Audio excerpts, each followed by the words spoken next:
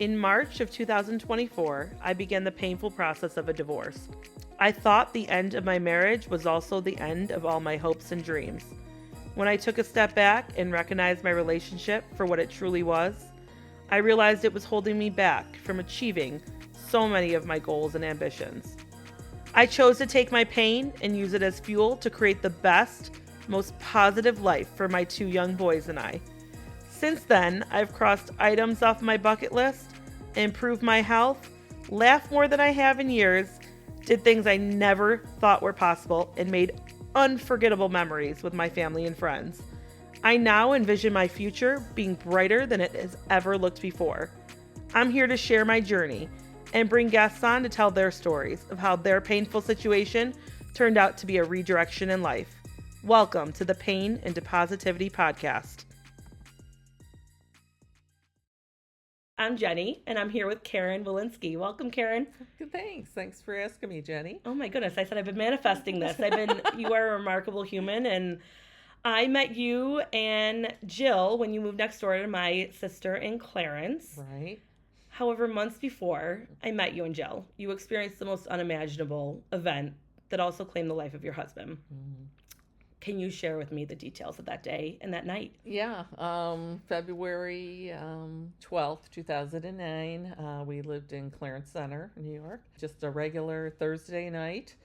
My husband and I had been in a family room to the back of the house at around 10 o'clock. He had left the room and then came back in. We were watching a VHS tape, if you recall those. Yeah. But it was American Idol.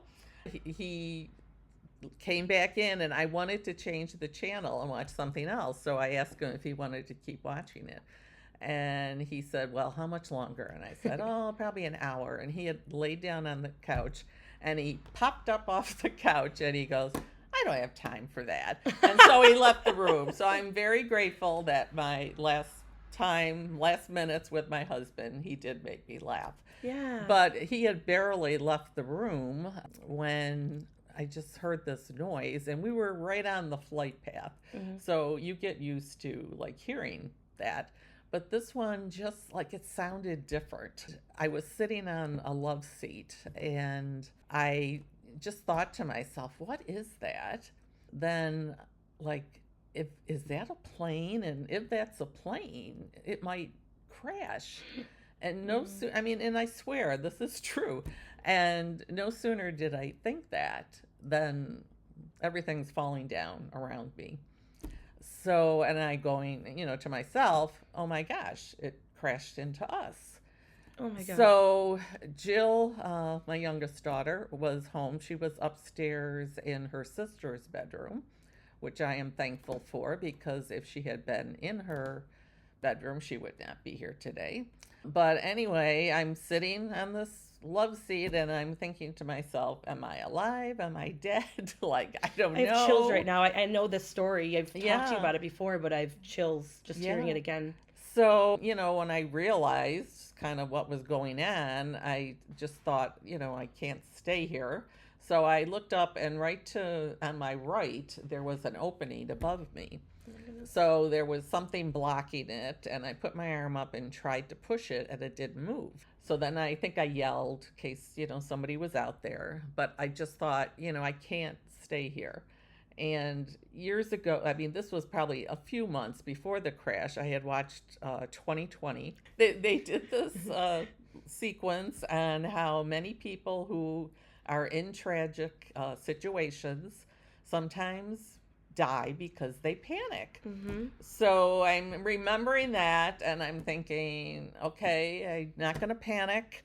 And also I have high blood pressure and I thought if you panic, you'll probably have a stroke or a heart attack. How though? Like in that moment, I know, wow, isn't it crazy you think something like that? I have used that saying, when you panic, you could die. Like, I think I've told my mom that before. Yeah, it's hard to, think about that when you're in a situation. No, I remember reading But anyway, that. So I decide I'm going to try one more time to push whatever is way up there.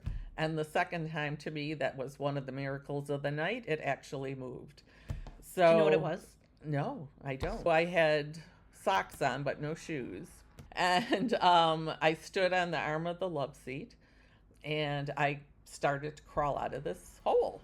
Oh my goodness. And meanwhile, Jill in this upstairs bedroom. In this moment, before you say that, Yeah. were you thinking like, "Oh my God, where's Doug? Where's Jill?" No, or you I truly didn't. I probably a little bit about Doug, but I survival mode. I felt like I was a bad mother when I thought about it No, later. but you were because I in thought I survival wasn't mode. even thinking about her. Yeah, right. And Yeah. Kim, my oldest, still lived with us, but she was at her fiance's, Yeah. so she wasn't home. So Jill got knocked off the bed she was sitting in. She was watching TV in that room. When she, kind of got her surroundings familiar again to her, she could already see like flames out the front window. So she knew she couldn't go out that way. So she basically just kind of felt along any remaining wall she could find until she came to an opening. Then she slid down. She didn't realize it at the time, but she actually slid down the wing of the plane. Oh my God, I have chills through my body. So she slid down to the ground. And it was days before I realized that. I mean, I thought the crash had just kind of lowered that floor like down, but yeah, she had a slide down, and she had nothing on her feet. She was barefoot. So she couldn't go towards the street because of the debris. So she started to walk towards the back of the house. And just as I was coming out of the ground, she actually saw me come out of that hole. And again, a miracle that the two of us would connect so quickly. And when I came out, I was facing the driveway, and I could see our vehicles, like the windows were kind of, shot out. And so I'm looking at the driveway, and then I turned to look at the house, and it was gone. The only thing I could see, the front kind of window and the door were still up. The tail of the plane appeared to be in my kitchen, and that logo, Continental uses it, or it was Continental then. Yeah. Then part of the plane, the center part of the plane, was kind of in the bedroom area where Jill would have been, and our den and dining room. And I did learn later that the nose of the plane actually went right underneath the front window of the house. So I think once I saw the situation, I think I just felt that Doug was gone, because I knew, and later talking to Jill too, because if he would have started to go upstairs, he would have popped in and, said goodnight to Jill, and he didn't do that. So he had to be downstairs, and I always say he got these black and white puzzles, bison puzzle giveaways from the 1920s or 30s, I think. And he had tried to get these things forever, and he had just got them in January. So as a family, we were putting them together to see, which ones were complete. And there was one puzzle left on that table to be done. So in my mind, he was either putting that last piece in that puzzle, or the cat was in the living room, and even though he said he didn't like the cat, I picture him saying, goodnight to the cat. And that was not the place to be. Yeah, so, I mean, I just sensed that he was gone. And to me, the crazy thing is I see Jill, and I did hear a woman crying, when I was crawling out. And that's when I thought of Jill. Then I thought, I hope it's Jill, And that was Jill. It was crying. Jill. Oh, okay. Yeah. I was going to say no one on the plane. No, I mean, months later, one of the family members who lost loved ones on the plane asked me, if I heard anything. And I had to tell him no. It's so hard, yeah. And then, of course, you think, well, what would we have done if we had heard something? I don't know. I hope I would have tried to help. But, once, and as I'm walking towards Jill, and I think this is bizarre what I was thinking of. First of all, I was thinking, because in my mind, Doug is gone. So I'm thinking he's not going to be here for the weddings, because two of the girls were engaged at that point. Yeah. And the other thing was, I'm going to find out what it's like to be alone. Because I had always, I lived with my parents. And in that moment, when you were crawling out of the house. Isn't that crazy that I'm thinking these No, two I mean, things? it was trauma just that you just had. And, Jill just looked at me, and she was pretty hysterical. And I guess I was in shock. And I'm just like shaking my head. And I was gonna say shock as well. Like when it's in yeah. shock, it's And, she said, a plane hit the house. And I remember going, yeah. I'm just like shaking my head, yes. And then, of course, she wanted to know where her dad was. And I just told her I didn't know. And her first instinct was to like go towards the destruction and look for him. But at that point, I'm seeing flames. I see the size of this plane. It's not like a little, two-seater or something. And I'm thinking fuel, flames, and I said we can't. I feel like you were thinking like a little more clearly than someone would. So again, I always say it's mother mode kicked in. And I could see her, she looked okay, and I didn't want her to get hurt. Yeah. So I kind of grabbed her arm so that, she wouldn't go. Yeah. And later on, I ended up with a broken collarbone, but all she had were some scrapes on her feet and bruises on her arm. And I swear it's because I was holding her arm. So I did that because I didn't want her to go and, be injured. Mm-hmm. So I think we tried to go to the neighbors next door, but nobody was home. So then we just ran to the back of our property and then just ran behind the houses to get to Clarence Center Road. And then my thought was we just have to get to somebody we know. So we went back to Long Street, and there were people by the first driveway we were there. Didn't know any of those people. And I think Jill kind of collapsed on the ground when we got there. And somebody had a home video they were shooting. And it used to be on YouTube. I don't know if it still is. But you can't see us, but you can hear me. And then I know I wasn't as calm as I thought I was, because I'm video. Panicking. And I'm just yelling, it's our house. I don't know where my husband is. Somebody help my daughter. And then all of a sudden, my one neighbor across the street, all of a sudden he was there. And he was just shocked to see us. He just, because, he's looking across the street. Well, yeah. And by now it's this inferno, Your story, you escaping that is truly unimaginable. He shook his head and he says, what are you doing how here? are you alive? He couldn't believe it. Yeah.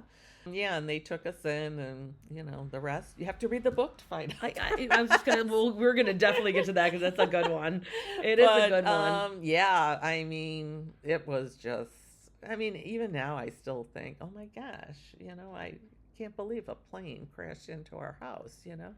It's just so random. It's truly unimaginable. Yeah, it is. And now I guess when you say that, did you? I know you had a lot of support, and I want to talk about the people that supported you, but did you ever just feel alone because nobody truly knew what you were going through? Well, yeah, but the interesting thing that happened too, it was after 9/11. I think it was November after 9/11, and there was a large plane crash in Queens, New York, and it took out several houses in this neighborhood. And the one woman, her and her daughter escaped, and her husband died. Oh my goodness. So almost immediately she sent an email to Barbara Burns, who was with WBEN, I think, at the time. And Barbara is sister of my sister-in-law. Okay. So she sent an email to Barb telling her that, if we needed somebody to talk to who kind of knew what we were going through, she was willing to talk to us.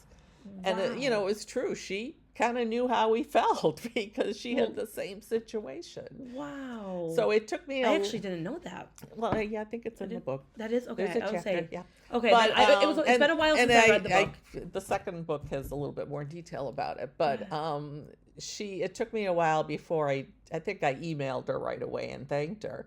But it took me quite a while before I think I ended up calling her on the phone. And we talked, and then a couple years later, Jess and I did meet her in New York. Oh, that's Yeah, for wonderful. dinner. So that was interesting. And then the weird thing was her son collected sports memorabilia. Like I mean, dog. yeah, it was Aw. just like there were so many coincidences. It was crazy. But Yeah. yeah, I mean, it's hard. Our support was so tremendous. Yeah. I mean, the I was gonna community, say family, friends, the who do you feel school. got you through those days, I mean Well, I years? think just having kids helped Yes. me get through Yep. because, I had to protect them. I had to help them get through it. Mm-hmm. I think it would have been really hard to, get through it without my kids because, with them, I could help them through it and then I, help myself too. Yeah. So, I mean, that was one thing. And I worked at the Clarence schools and they were absolutely phenomenal in helping. I mean, they organized memorial services. There were like 4 ladies that worked at the school that took each of my girls and kind of bought, clothes for them and whatever they needed. And they were just, I mean, fantastic, really. And So my one brother-in-law, Bill, he really, did a lot of the I remember legal his name. I things remember for his name me. in the book. I remember it. Yeah, Yeah. he, did a lot of help me with the legal things. And even my boss at the time, would help me, get driver's license or passport or Yeah. whatever.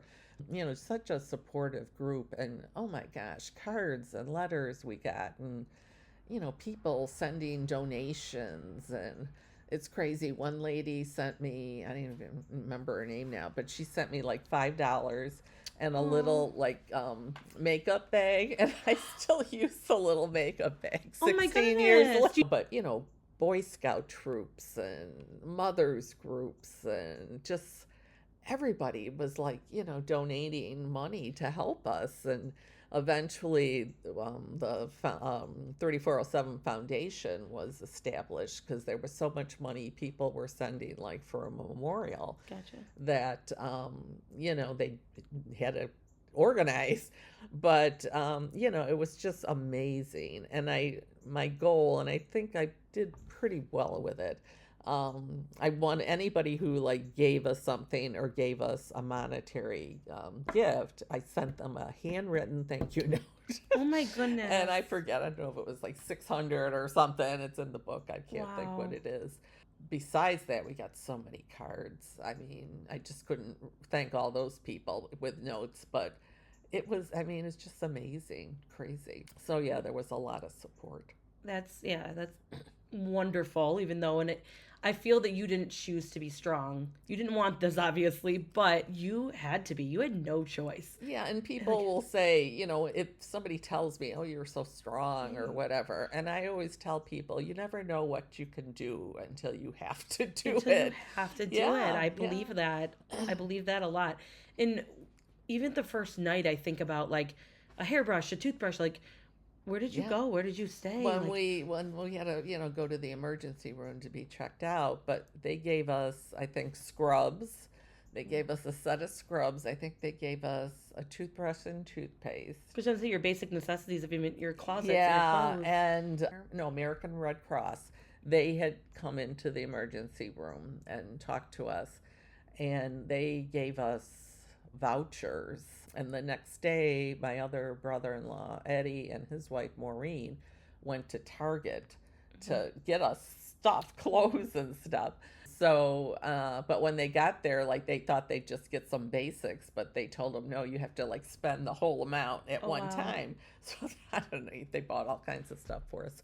But shoes, when we went to the neighbor's house that we found on the street there, he took us to his house and they found shoes like for Jill and I to I was wear. gonna say you left your house without shoes. Yeah, Like, we and did. Yeah. So they found Wow. us shoes and it was just. It gives a meaning to like you left with the clothes on your back. Yeah. Like, that's Yeah. And, yeah. we thought everything was gone basically. I knew after probably by the next day or something because we had a detached garage and I Yeah. knew that nothing had happened to that Okay. miraculously. Another miracle. Yeah. But I always say Doug had a lot of his overflow sports collectibles were in that garage. We never parked a car in that garage. Oh my goodness. And I always say that his spirit was over there blowing out any flames that came to that, garage.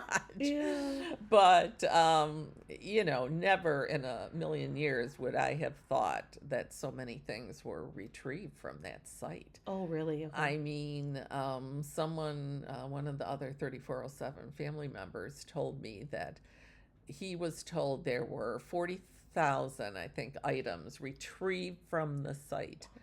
And the majority of that stuff was ours. Oh my goodness, probably Doug's. It was all Doug's, more than half of it. I mean, and granted, a lot of it was destroyed. Yeah. They dug deep, took all this, and even after they, removed what they could, they took one underneath, the ground so many inches, and then took all that soil to some like airplane hangar, and then they spread it out again and sifted through again, I guess. And then anything that they retrieved, plus the items that were in our garage, were all taken down to Texas. And they were like sanitized and cataloged and whatever. And then we were told we could go online to look at what they believed was ours. And remarkably, almost everything that they said was ours was ours. I mean, there were some things that, weren't ours.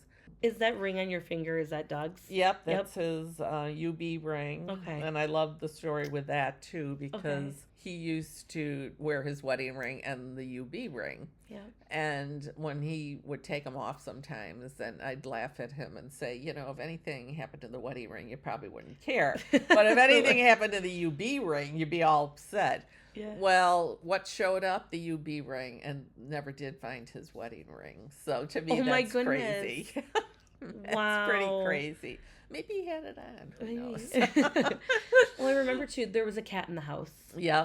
Spots. And how old was Spots? Spots was about 18. I was I remember you guys. Yeah, and Spots was about ready to cross the rainbow or whatever they say. Spots and Doug. And I was supposed to do that shortly before the crash. But then, they said she still had some good life in her, so I brought her back home. And she was on her way out, and I brought her back into the chaos, unfortunately. But and then I always thought, wouldn't it have been something if, like, months later, this cat comes walking down the street? Oh my gosh! Oh my gosh! They say they got 9 lives. It's like So I remember when I met you, Jill had this little kitten. It was Belle. Belle, and Bella is how old now? Bella's 16. She's doing pretty well. She's starting to have a few age-related issues, but yeah, she's doing good. So it's been 16 years since the crash. 16 years. Do you ever visit Longstreet? I do. In fact, I forget why I was going for a hair appointment and was early. So last week I did actually go to the site, because in the spring it's beautiful when the trees are in bloom, but I kind of had missed that window. They weren't blooming anymore. But yeah, I mean, not a lot, but sometimes, yeah. And what do you like? What are your feelings when you're there? It's still strange, just to think that a house was on that property. And the thing I really love about the memorial, we worked with a young architect, Joe D'Angelo, I think his name was, but from UB. Okay. And, we had these meetings, and people would say what they're kind of looking for and what they wanted. And then he presented us like with a design. And the thing he did, if you're walking down this path to the main memorial stone, you see indentations, and the indentations are the form of the house. So, like, I can walk down that path and say, yep, that was the living room, that was the dining room. Oh, wow. So that means a lot to me that he incorporated that. And, it's like the foundation or the cornerstone of the house is laid out there. So, yeah. And now there are plaques. They put plaques up last year, I think. And I think it does mention that on the plaque, so that when people come and visit, they kind of know the symbolism. I never got out. I've driven by it though before, and it's beautiful. What you guys? I'm happy with how it ended up. Yeah, I mean, there was a lot of controversy, but I I think the neighbors were just afraid they were, going to get this like bell tower or something, Yes. some huge monument. But it's park-like. It's very serene, and I'm really calming, happy. beautiful, yeah. Yeah, so I'm Good. happy with that. What was the moment after all this happened that you just realized, like, I have to carry on, but how do I carry on? Like, when did you start to see the light? Because Oh, probably that morning when really, when morning came. Wow. I mean, Jill and I, they took us. We were in a suite. I think it was Embassy Suite, something like that. Okay. And I don't really know. We were just sitting on the bed, laying on the bed together, and I can't tell you if I slept at all that night. Probably not. But I remember just sitting, laying there and thinking, well, now what? What do we do? What's next? Yeah. And it was funny. It was a movie with Goldie Hawn. There was a scene where, she's emotionally, wrung out, and she's taking a shower, and she's just like saying, let the water just wash like all my worry away. And man, when I took my shower that morning, it was like, okay, just try and, take some of this away from me. But like I said, there were just so many people who, just came to support us right away. And, just we had this like, I don't know, army of people that were ready to help us. Yeah. And there was so much to do that when I had talked about that woman in Queens, the one thing she said to me was that the second year will be worse than the first year after your loss. And Okay. I said, oh, don't tell me that, because the first year hasn't been too good. But she was really kind of right, because that first year you have so much to do, and you're going in like a million directions. Plus we had a wedding that year Yes. too. And That was Jill. so no, that was Lori, actually. Lori, okay. Yeah, daughter number 2. But you just had so much to do, and then like, where do I live, and then where do I want a house, and all this stuff's going on. And plus you're dealing with the airlines and lawyers, and it's just like you don't have time to really feel your loss almost. So I would agree with her. The second year was worse, and you don't want to hear that. But it was almost the realization of this is real. Yeah, and then it's like, okay, Sunken he's in. not on a business trip, and he's not coming home, Yeah, so. So I remember after I met you, you also asked me to photograph one of your daughter's weddings. And I remember you guys did something really beautiful that you all danced together for a dance. Okay, Because she didn't have a father-daughter dance. Right, And it was just beautiful. And I just thought even that, just keeping memory. That kind of started when Lori got married. That was really her idea, that instead of, what it was like, what do you do when, the traditional father-daughter dance? I mean, she had a godfather, she had uncles, that would have willingly, stepped in. But she decided she wanted to dance with her sisters, and I love that idea. I love it. I do. Yeah, that was beautiful. great. Yeah. So something that you've done after this loss and unimaginable experience is you just ran with your grief, the trauma, and you decided to like use your voice and your words, and you wrote a book. Yeah, 2 books. I was gonna say you wrote 2 books, but you wrote a book first. Yeah. Named One on the Ground. Yeah, it's crazy. And really, I think the reason I ended up writing that was because I moved from Clarence Center to this little town, East Aurora. And by that time, the 2 girls who were home were, had flown the coop. So it was just me. I was an empty nester. So I knew I just had to keep myself busy to, get to make this adjustment that nobody lived at home anymore. So I used to dabble a little in writing. So I thought I'll see what the community offerings are. And they offered 2 creative writing classes. So I thought, okay, well, I'll give it a whirl. They liked what I wrote, which was amazing, first of all. And then I just, in that environment and with support of fellow writers, I just kept writing and writing and writing. Yeah. And, they kept saying, hey, why don't you write a book, put it all together? And it was very cathartic for me to write all this. So then I just kind of, it's my, this Rick Oler, who's the moderator. He doesn't want to be called the teacher, but he's the moderator. And he said, when you're ready, just take it all out and put it on a big table and then try and decide how you're going to put it together. So the first part of the book is about that first year after the crash and each month what we were doing. And I look at it now and I think, oh my gosh, I can't believe we did all that in that year. So I, will tell people what we did that month, and then I'll put some stories in there that maybe relate to something that did happen that month. The story I like to tell, the last month I wrote about was February, because I knew that was going to be the longest and the hardest. So I worked on it, and I told the writing group that I was going to bring the first part in. So I got there that night, and one of the girls had brought in a bottle of tequila, and we all took a shot before I started to read, because they knew it was going to be hard for me to read it, and they knew it was going to be hard for them to hear it. Yes. So that's it's a hard read. I read it. Yeah. I remember. Karen, some people. I have to tell you, I don't own a lot of books. My sister will tell you, she will voice this, that I do not own a lot of books. However, I've bought a few. I think I have a total of 10 books. And yours is one of them. And good. I remember I bought it as soon as you released it. And I'm going to have you sign it, because I still haven't had you sign it since it's been out. Okay. And I read it right away. And even though I knew the story, reading it over again, it's truly unimaginable to read. You still can't believe what I'm reading. Yeah. And it's a remarkable book. I mean, some people do tell me it's very hard. Some people can't finish it. They said it's too emotional.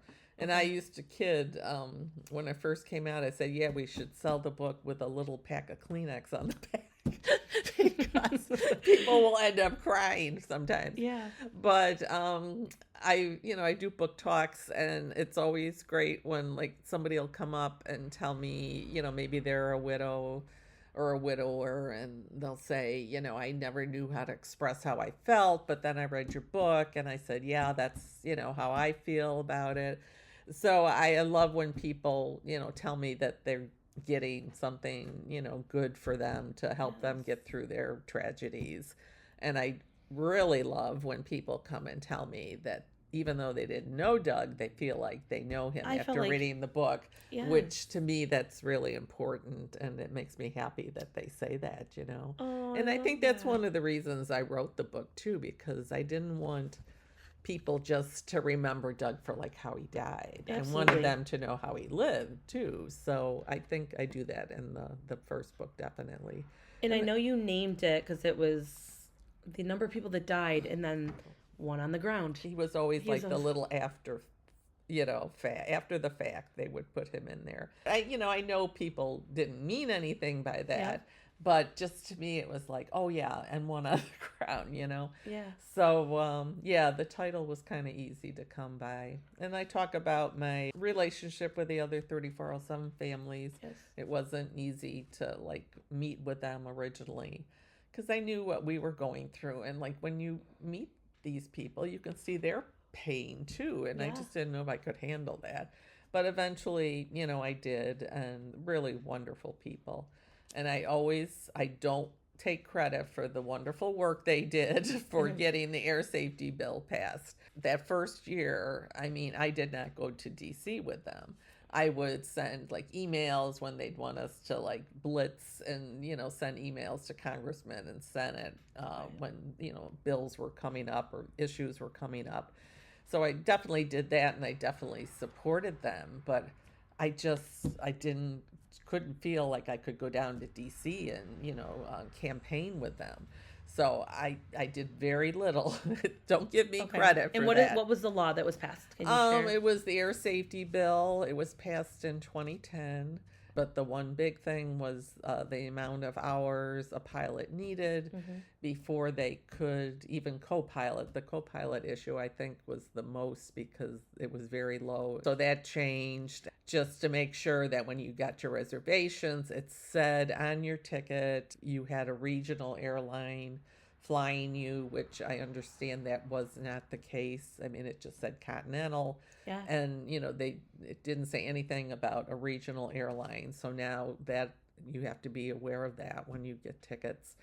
A database that lists the education and the training pilots have had, because that turned up to be another issue where, tests were failed and they eventually passed. We still have to be diligent because every time there's a new administration, when the bills are up for, renewal.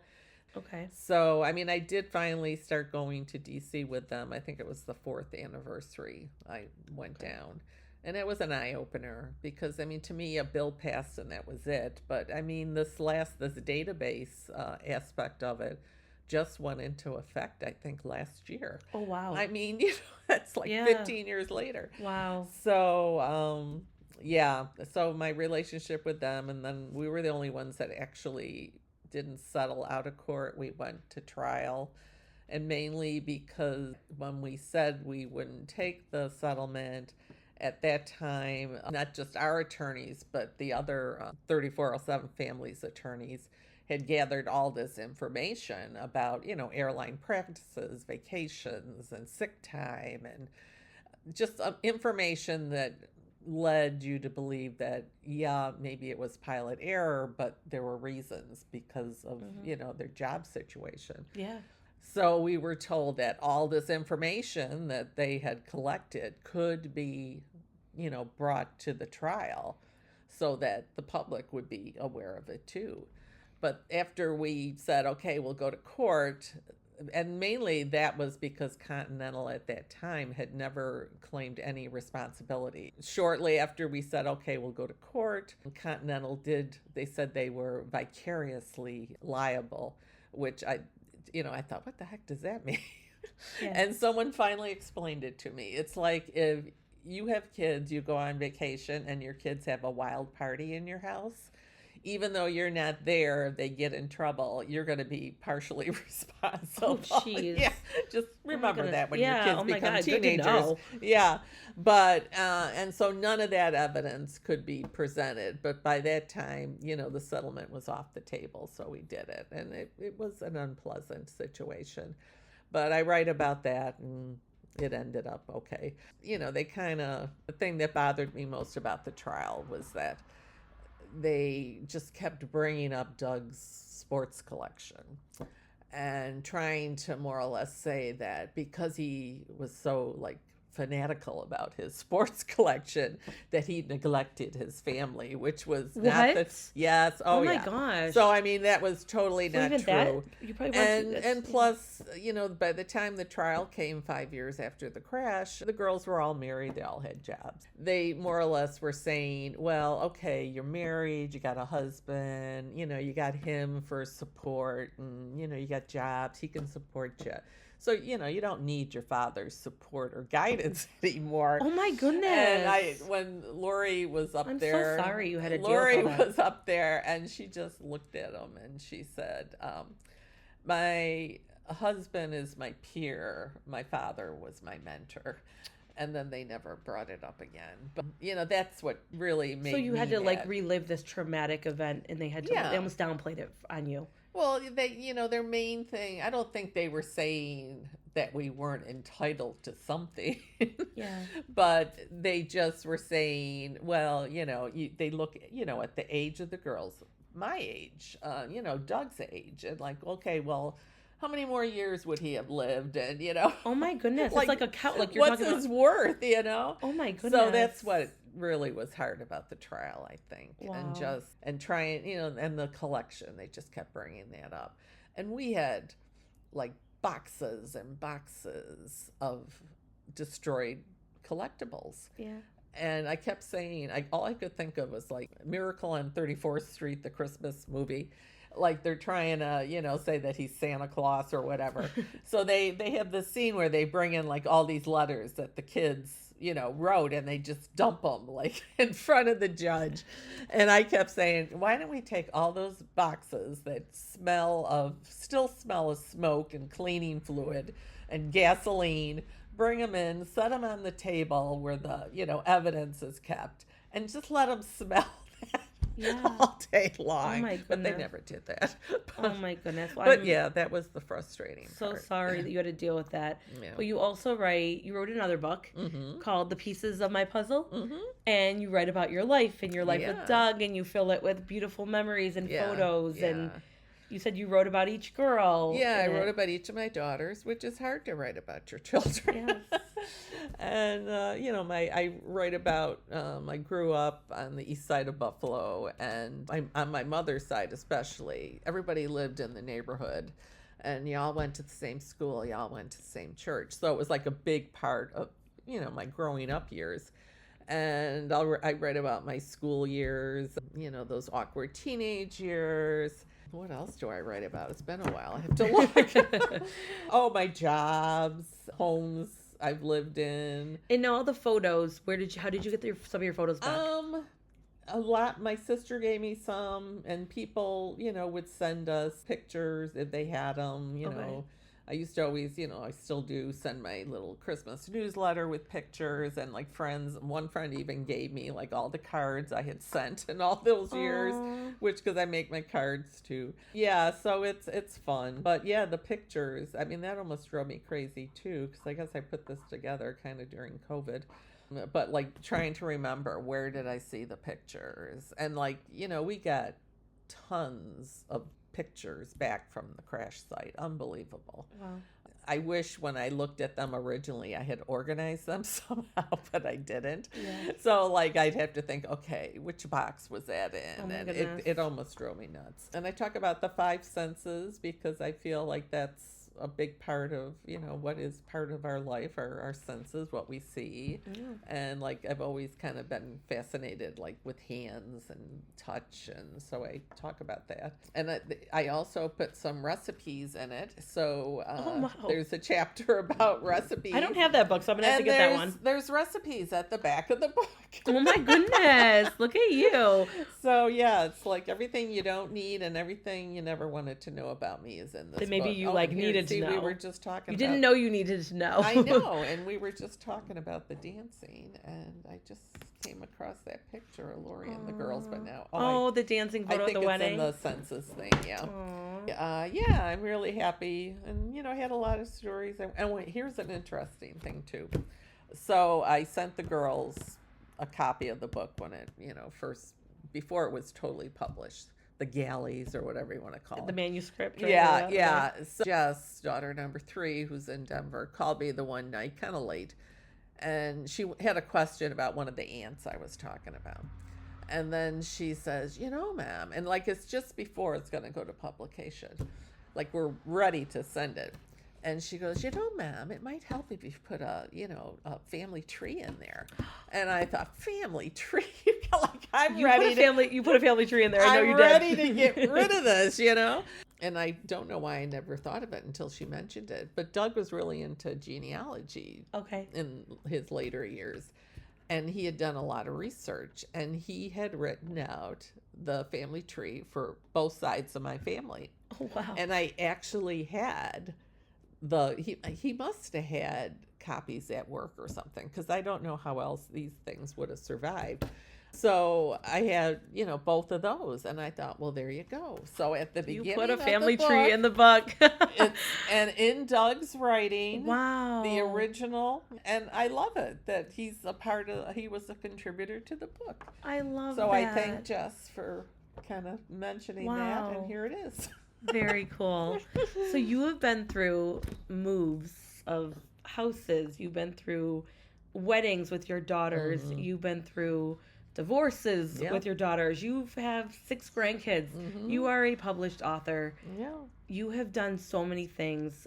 What has been, and I say this, that you are strong. I know you didn't choose this, but you are a very strong person for not only surviving this, but like doing so much more than you ever had to do because of this. What do you miss most about having Doug there for all that? Well, just to share, all the things that have happened in 15 years with the girls, seeing them become successful women and, seeing his grandkids, that's, I think, probably the hardest thing, not to have him here to enjoy all that. And just, having, when you're married to would have been married, I think, 30 years in 2009. Wow. And just, when you're with someone, and when it's a good marriage too. Yes. Like, you have that bond, and you don't have that anymore. So to me, that's hard not to have that. It's just, you get that comfortable feeling. And, it's not work anymore. It's just like, you're together. Yeah. And now, we were getting ready for the next stage where the girls are getting married and will eventually be, empty nesters. And so you're looking forward to that. So, yeah, that's what I miss. Yeah, I mean, the books are just so cathartic for me. I think especially the first one, if I had kept everything I was like going through emotionally, I probably would have made myself sick, or my mind would have exploded. So to me, it was like therapy. Such a wonderful release to actually do this, and to be able to go out. And I enjoy going out and doing book talks. And good. And how does someone get you to do a book talk? Well, they can just message me on Facebook. Okay. And if you know my email, you can send me an email. I won't put it out there for everybody. If anyone wants it, they can message me. Yeah. I mean...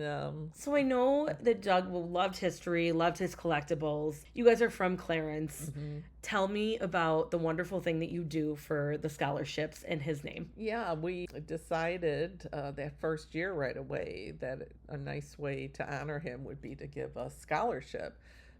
So an interesting story, again, in the book. You have to read the book. I'm talking to people they read the book. Yes, I haven't read the second book. But, it was June of 2009, and we were all set to, give the first scholarship. In fact, I guess it was that night we were going to do it.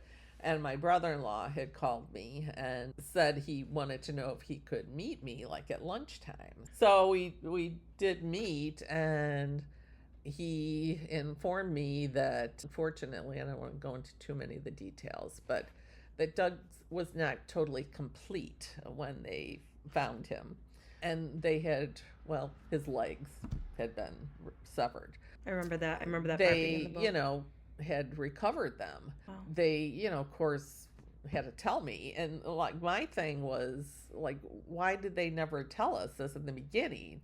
And they said, well, if they hadn't discovered them, you would have never known. But to, like, find out, like, months later, like, you're kind of, like, moving on a little bit, and then you hear this, and it's like it's starting up all over again. Yeah. And especially, like, he was a runner, he was an athlete. I mean, I just, you can't even go there and think about it. It's indescribable to think that happened. Yeah. So, I mean, that was the night that he told me that the afternoon, and then we're going to give the scholarship. And, like, my daughter Kim said, Mom, just give it. You don't have to talk. But I thought, no, I got to talk. Well, I got up there and I just bawled. And I don't know what it is, but every year I go and present the award.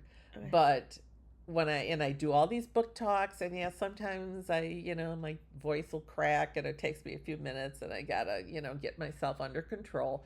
Whenever I tried at the 10-year anniversary, and again, I could not do it. It was just, I just started, like, I did get it out that time because the paper I had, what I wanted to say was such a mess, I couldn't hand it to the teacher to read that was standing there next to me. But for some reason, I think Clarence just has so many connections for us. I worked there, the girls went to school there. Mm-hmm. Doug used to go and talk about Vietnam and, like, the business world. So there's so many connections. I guess I just can't talk there. But we started out with one scholarship, and then the second year we started giving a boy and a girl a scholarship. And they also get a book. Oh, they both books, or what do they get? Oh, the one in his name. I don't think they need to know. Not everything about me, but yeah, I give them a copy of the book, and I hope that they'll read it and get to know the man. We honor. Yes. And then after the first book came out, then we started giving a scholarship every year to a student at Hutch Tech, where Doug was in high school. So we've done that now. And the criteria for the Clarence one is a love of history, because he did love history. And the Hutch Tech one is like someone who's going to like go on in the sciences because he studied chemistry when he went to Hutch Tech. Wow. So yeah, I'm really happy we do that. And my next little project I'd like to do. I mean, I didn't know there was a new one. Well, I mean, I don't know if I'll write another book. This last one was pretty, especially with all those photos, was driving me nuts. But what I really want to do, just to write about it, because I'm still going to the writing class. A lot of the kids over the years have sent me, really nice thank you notes, and I do cover a couple in the second book. I want to go through those again, and I know many of them probably don't live at the same address, but their parents probably do. Yeah. So I want to contact the kids again and just see, where did your life take you, and what did you do? Oh, I love that. Yeah, so I'm going to do that, and see. Maybe put together something. I mean, you figure the first one's probably married with kids by now, so wow. That's so cool. So I'm happy that we can do that. I love that. I appreciate you coming on, willing to share your story. Yeah. You've definitely shown your strength and what you're truly capable of after such a Well, you never loss know and- until you have to do something. You how never you'll know. react. You never know. It's and again, I said the mother mode just clicks into, and you don't want to let them down, and you want to help them get through their hard times too. So, absolutely. Yeah, that helped me tremendously too. Well, I appreciate you coming on and sharing everything and keeping Doug's memory alive. It's something that's been your mission, and for the last 16 years, with your books, your daughters, your grandkids. Yeah. Thank you so much. I appreciate you. Okay, thanks, Karen. Thanks for having me.